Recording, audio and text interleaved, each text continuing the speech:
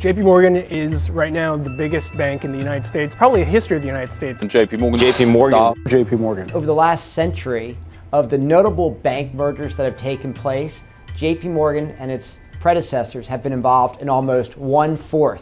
JP Morgan, How One Man Financed America is a fast-paced and informative portrait of America's most prolific banker, a man so powerful that when he died, the NYSE paused all trading for half a day out of respect. John Pierpont Morgan, popularly known as J.P. Morgan, is famed to be one of the few men who single-handedly sustained America's economy on different occasions. Born on April 17, 1837 to a financier father, J.P. Morgan established strong links in the American financial market, thus making him one of the most powerful men of his period. Morgan received his formal education first in Boston and later in Germany. After completing his formal education, Morgan studied accounting at a private firm that was owned by Duncan, Sherman and Company. Immediately after completing his accounting school, Morgan worked at the banking company owned by his father for 10 years. In 1877, Morgan became one of the partners in Drexel, Morgan and Company. A few years after joining the company, it was renamed JP Morgan and Company, making it the most powerful bank in the world at that time. Analysts consider JP Morgan to be one of the greatest men who made financial decisions, which helped in sustaining America's economy and that of the world in general. Like every other American, John Pierpont Morgan was obsessed with success. From a very young age, Morgan had a dream that one day he would dominate the whole of America together with its capital city, New York. Considered the father of New York, Morgan had a desire to transform the city into a paradise and spent the whole of his time trying to make his dream a reality. To Morgan, transforming the city to high levels of excellence was a sure way of demonstrating his influence. With this in mind, Morgan helped in building the Hudson-Fulton celebration, whose success became a turning point for New York. It was in the Hudson-Fulton Commission where Morgan's desire to conquer the financial world was realized. Even before he was called to sit in the commission, Morgan had already made a name for himself in the financial world. This was made possible by the strong accounting background that he had acquired at Duncan, Sherman and Company. Apart from the strong accounting background that Morgan had acquired from Duncan, Sherman and Company, his other influence came from his family background.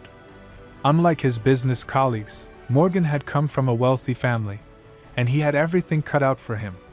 In his 76 years of existence, Morgan is believed to have enjoyed the immense wealth that was unequaled even in today's standards. Even before his birth, his father Junius Spencer had acquired property from his father, which he used to construct JMBB, Morgan and Company. A banker by profession, Junius spent almost the whole of his free time grooming his son to take over his vast business empire. To achieve this objective, Junius sent his son to the best schools in Switzerland and Germany, thus sharpening him further. Despite the numerous positions that Morgan held in his father's firms, his star began to shine in 1871 when he collaborated with Drexel to form Drexel, Morgan and Company, and its subsequent reorganization to Morgan and Company.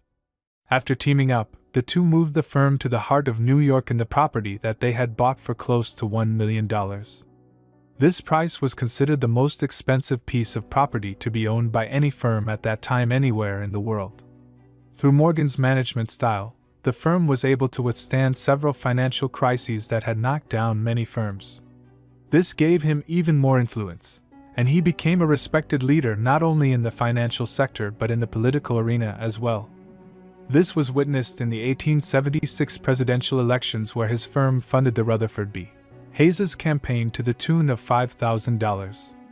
However, Morgan's reasons for doing this were purely economical, since he believed that if Hayes were defeated, then inflation would go up and this would negatively hurt his businesses.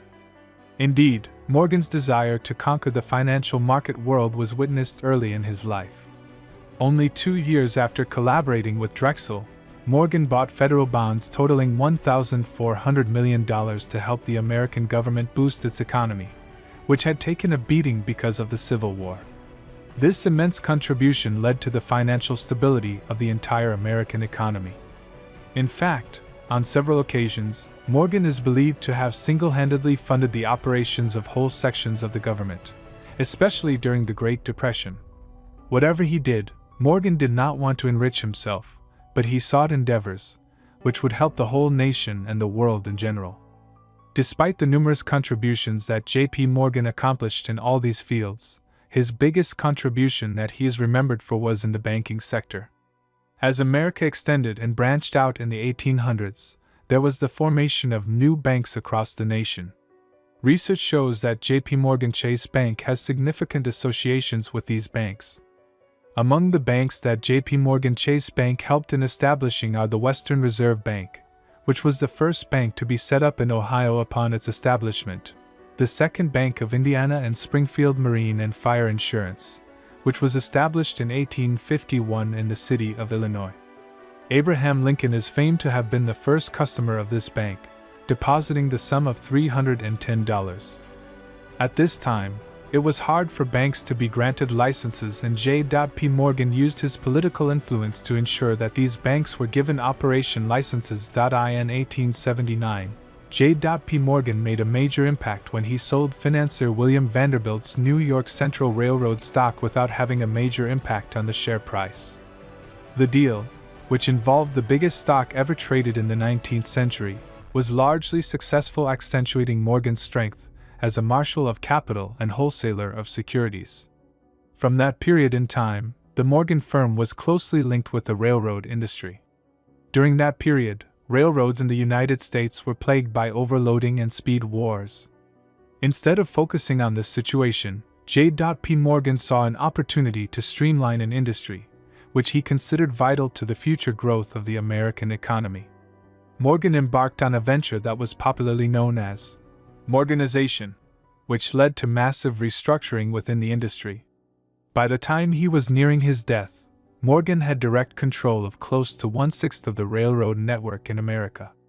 When the railroad network was coming to completion in the last decade of the 19th century, Morgan turned his attention to funding great industrial mergers, which included General Electric, U.S. Steel, and International Harvesters.